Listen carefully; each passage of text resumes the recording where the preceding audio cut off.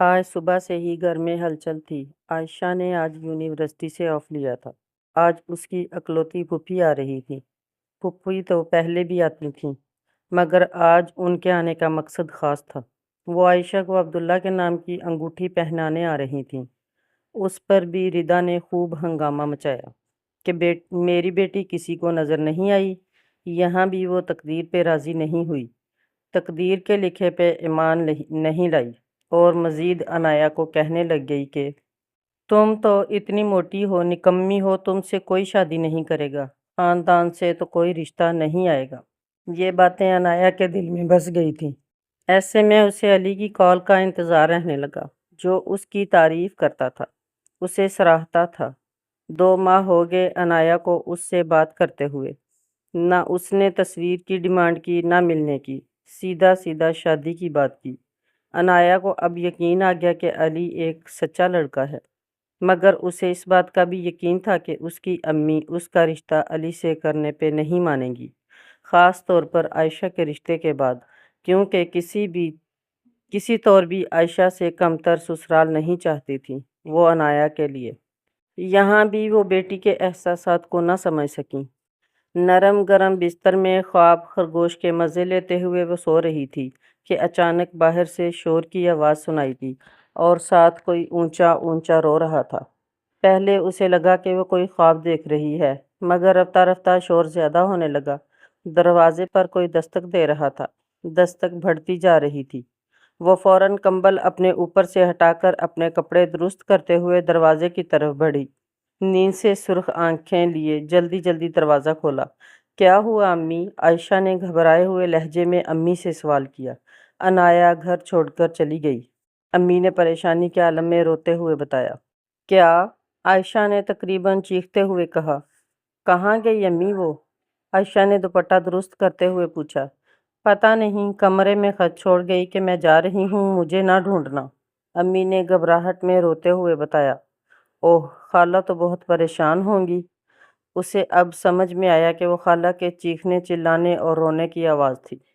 صبا جلدی کرو، ابھی تک چائے نہیں بنی کیا؟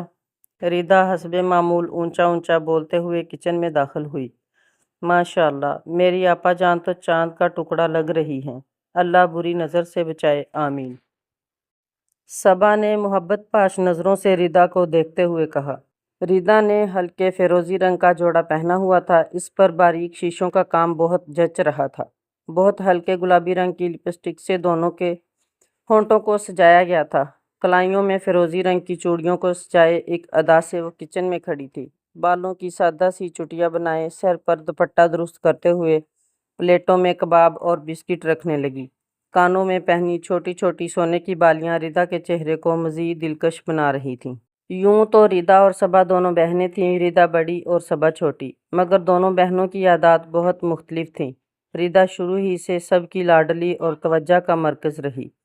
مزاجاً ردا بہت شوخ، چخچل اور باتونی تھی، نہ گھر سے شغف، نہ امور خانہ داری میں دلچسپی، فلموں اور گانوں کی دل دادا، پڑھائی سے بھی خدا واسطے کا بیر، زندگی کو غیر سنجیدہ انداز میں گزارنے والی، ہر وقت فیشن، میک اپ اور خواب سجانے والی لڑکی تھی۔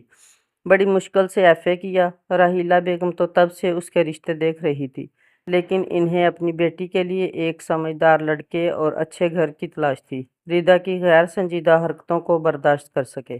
جبکہ صبا ردا کے برعکس ماں کی خدمت گزار، ماں کا ہاتھ بٹانے والی، سمجھدار اور معاملہ فہم لڑکی تھی۔ ہر رشتے کو اس کا مقام دینا جانتی تھی۔ بی اے کے امتحان سے فارغ ہو کر مکمل طور پر گھر سنبھالے ہوئے تھی، انتہائی سادہ مزاج اور نیک لڑکی تھی۔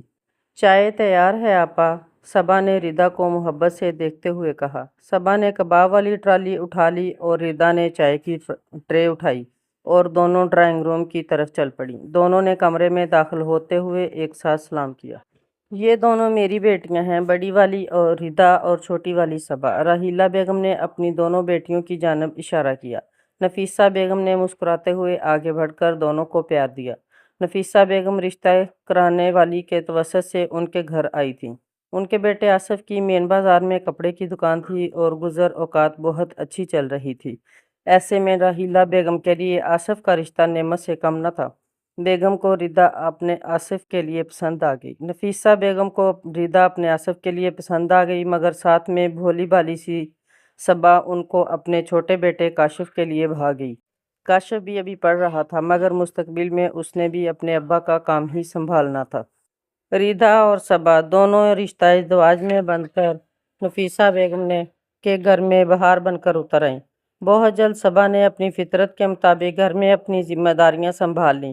اس کے برعکس ردا کو کام کرنے کا کوئی شوق نہیں تھا، اسے بس سجنا سنورنا پسند تھا، اور وہ یہ سمجھتی تھی کہ سسرال میں بھی اس وجہ سے مقام بنا لے گی۔ مگر وہ یہ بھول گئی کہ دنیا میں رہتے ہوئے سسرال ایک کڑے امتحان کی جگہ ہے، جہاں والدین کی دی گئی تربیت کی تیاری کا پرچہ ہر لڑکی کو دینا پڑتا ہے، اور پرچہ آؤٹ آف سلیبس بھی آ سکتا ہے۔ والدین اور دھدیال کے لاڈ پیار نے ردا کو اچھا خاصا بگاڑ دیا تھا۔ والدین لاڈ پیار کرتے ہوئے یہ کیوں بھول جاتے ہیں کہ لڑکی کے اوپر بہت بھاری ذمہ داری قدرت نے ڈالی ہے۔ وہ آج لڑکی ہے، کل وہ ماں ہوگی اور اگلی نسل کی پرورش تربیت کی ضامن ہوتی ہے، نسلوں کی امی ہوتی ہے۔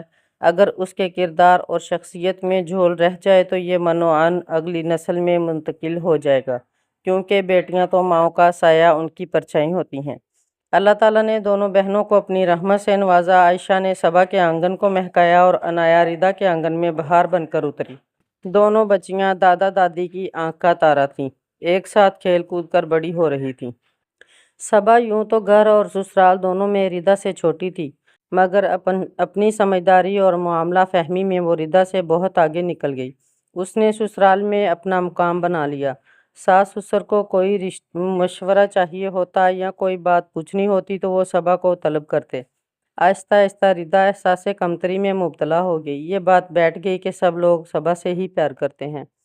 اوائل عمر سے ہی عائشہ کو صبا نے اپنے ساتھ چھوٹے موٹے کاموں میں لگا لیا۔ اس طرح صبا کا ہاتھ بھی بڑھ جاتا اور عائشہ بھی امور خانداری میں ماہر ہونے لگی۔ اگر صبا کپڑے دھو رہی ہوتی تو عائشہ ساتھ ساتھ تاروں پر پھیلا دیتی، ماں کھانا پکاتی تو عائشہ برتن لگاتی، اٹھاتی اور دھوتی، اور رات کو دادا دادی کے پاؤں دبانا بھی نہیں بھولتی تھی۔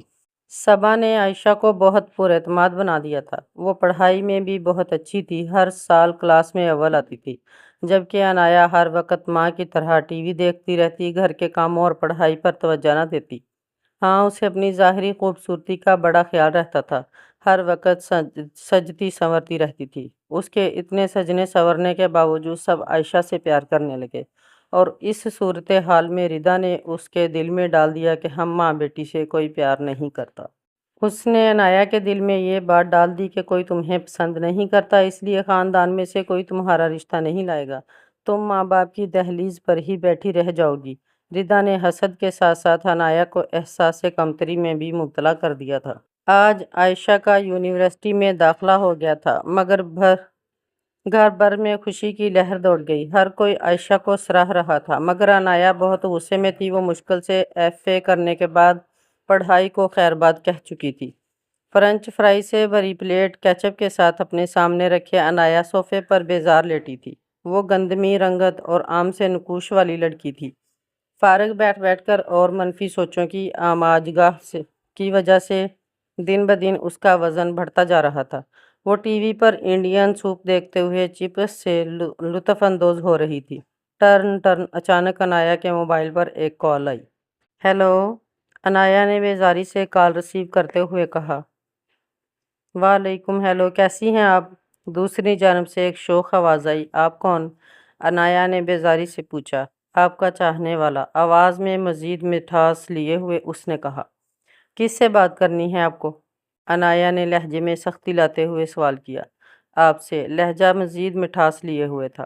بھاڑ میں جاؤ، کہہ کر عنایا نے کال بند کر دی اور فرنچ فرائز کھانے لگی۔ یہ سلسلہ یہاں ختم نہیں ہوا۔ اب اکثر عنایا کے موبائل پر یہ کال آنے لگی۔ فارغ اور بیزار تو وہ پہلے ہی تھی۔ کچھ دن نظر انداز کرنے کے بعد اب عنایا کو اس کال کا انتظار رہنے لگا۔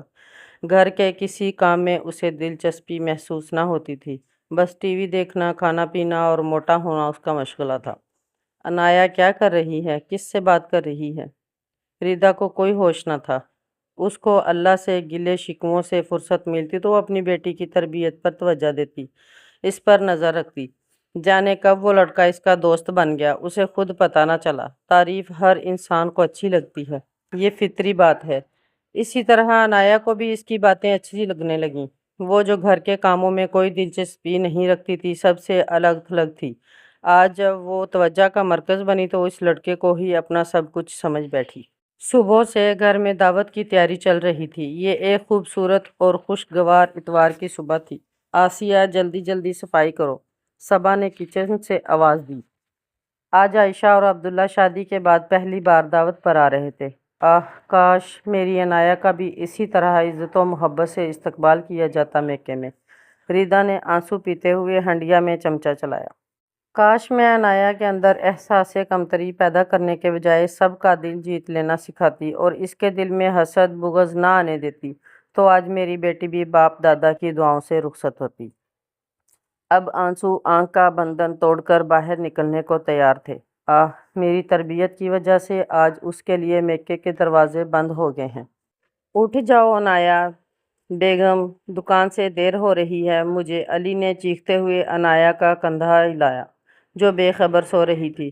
پرانی سی چارپائی جس پر ایک پرانا سا بستر بچھا تھا، ایک کمرے کا خستہ حال گھر تھا جہاں زندگی گزارنے کی بنیادی سہولیات بھی نہیں تھیں۔ مہینہ کب گزر جاتا اور مالک مکان کرائے کا سوال کرنے آ جاتا۔ ایسے میں عنایا کو اپنا میکا بہت یاد آتا، جہاں وہ ہل کر پانی بھی نہیں پیتی تھی۔ سب کچھ عائشہ کو مل جانا ہے، تم کو نہیں، تم سے کس نے شادی نہیں کرنی؟